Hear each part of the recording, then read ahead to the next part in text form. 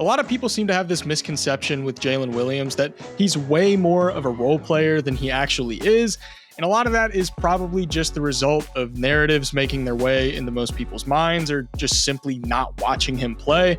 Because if you have watched him play before, you'd know that he's far from your average role player.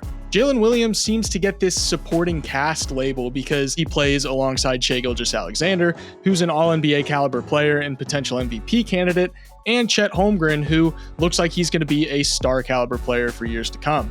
But my question is, why does any of that prohibit Jalen Williams from being considered a guy with future star potential? And listen, I'm not going to sit here and try to argue that he should be an all-star this year, even though some people have made the argument that he does. That's not the point of this video. I want to unpack some of these myths about Jalen Williams and get to the truth about whether or not he is or isn't a guy that has all-star games in his future. At a glance this season, he's averaging 18.7 points, 4.1 rebounds, and 4.5 assists per game. He's scoring at a super efficient rate of 62.8% true shooting. All of that is really good stuff. I'm not going to sit here and argue that that's an all-star stat line by any means, but that's not the point. People seem to think that he just does off-ball scoring and that he's not really a great offensive creator, whether for himself or for others. And the only reason that he's able to score as efficiently as he does is because of how much defenses are keyed in on stopping Shai Gilgeous-Alexander. And don't get me wrong, he definitely benefits from that. But let's set the record straight. If you watch what he's doing when he's operating as the lead guard with Shai on the bench, it's clear that he can go and get his own bucket at an extremely high level. We can see that in the possessions where JDub is on the floor without Shai, the amount that he's being assisted on his made shots drops significantly from all areas of the floor except for in the short mid-range, which he's already being assisted at a relatively low amount. He's been such a strong scorer this year that the Thunder go into the fourth quarter with Shai on the bench, and they'll just let Jalen Williams operate as the lead ball handler to just let him cook opposing defenses, and then they just throw Shai back in roughly halfway through the fourth quarter. I think this further disproves the narrative that Jalen Williams doesn't have to deal with as much defensive attention because he's playing alongside Shai. When he is the lead guard and lead creator and lead scorer in these lineups where Shai's on the bench, he is seeing increased defensive attention and he's still scoring despite all of that. And while we're talking about these fourth quarter minutes where Shai's on the bench, Jalen Williams is scoring the 5th most points per fourth quarter over the last 15 games, and he's the 3rd most efficient of these leading fourth quarter scorers in that span.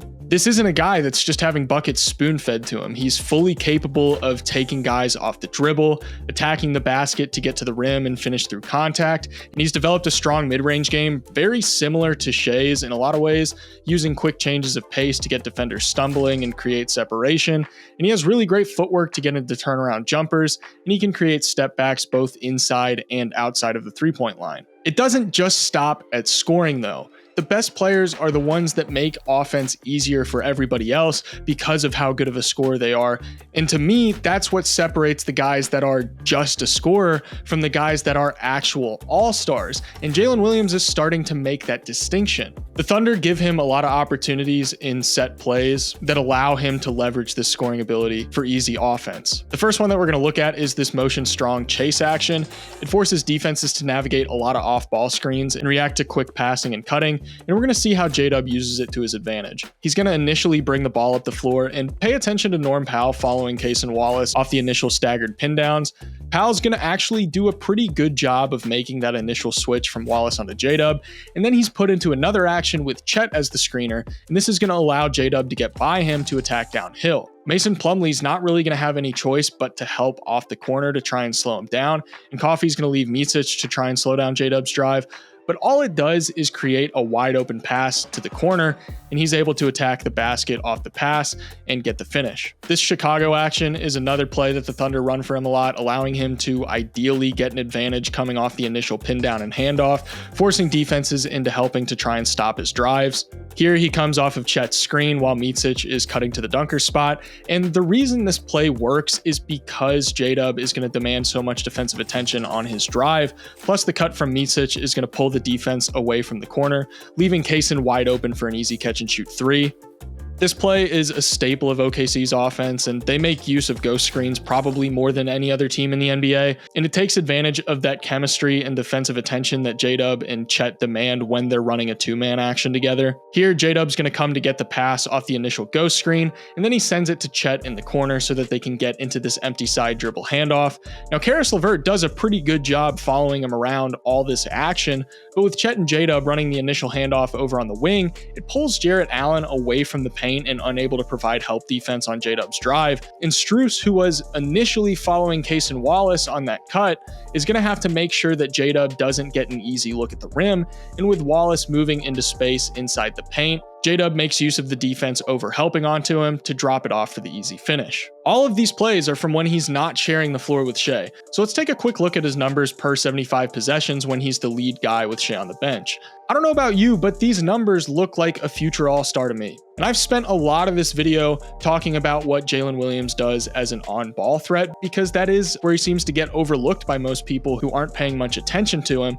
But his ability to blend the off-ball scoring and the on-ball scoring is something that very few players can do while still remaining effective. The versatility of what he can do off-ball is also really rare. On one play, he could just be camped out on the wing, waiting for a driver to collapse the defense so that he can get an easy look for a spot-up three. And then on the next play, he could be camped out in the dunker spot, waiting for Shai to draw extra defensive help so that he can get an easy dump off for a slam.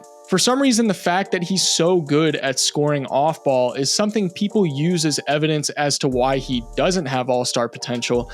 But in my opinion, the fact that he's able to flip the switch so effortlessly between perfect off-ball pairing alongside Shai into a highly efficient scorer and offensive creator is just more evidence as to why he does have star potential. All of this doesn't even take into account how good of a defender he is. This guy is 6'6", and while that's not necessarily tall enough to switch everything, the fact that he has a 7'2" wingspan, really solid lateral movement capabilities, active hands, and strong defensive instincts make him a really tough problem for offenses to try and solve. The defensive impact is echoed by the fact that when he's on the floor, OKC's defense allows 3.7 fewer points per 100 possessions than when he's off the floor, and that's tied for the 5th best defensive on-off swing among wings in the NBA, according to cleaningtheglass.com. So after all of this, to me, you can go from trapping up top here to recovering to Stewart in the paint. And when Shai closes out a little bit too hard, he's able to step in front of him and shut down the drive and force the miss. When OKC traps a little bit too hard here and they're forced into rotation, Keegan Murray's going to make this cut to try and keep JDub in the paint, but he's going to recognize what's going on. He's going to be able to close out, force the drive into the help defense in the paint, and they're going to be able to force the miss. The question isn't why do people think Jalen Williams has all-star potential? The question is why don't people think he has all-star potential? And some folks are quick to use his age as an argument, which I don't think really holds up to scrutiny. He's only 22 years old and he was 21 as a rookie.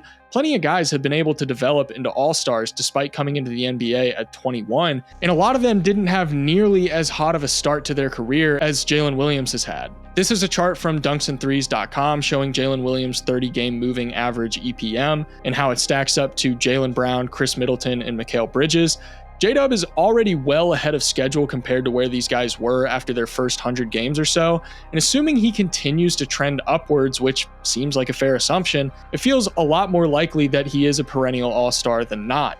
His box score isn't going to jump off the page. I'm not necessarily saying that he's going to turn into some 30-point per game MVP caliber player, but considering everything that he's shown so far and everything that he's doing to help the Thunder win, the idea of him becoming an all-star seems completely reasonable. Hope you guys enjoyed this video. I'd really appreciate it if you considered leaving a like and subscribing if you want to see more stuff like this. Shout out to my patrons for supporting the channel. As always, thank you all so much for watching, and I'll see you in the next one.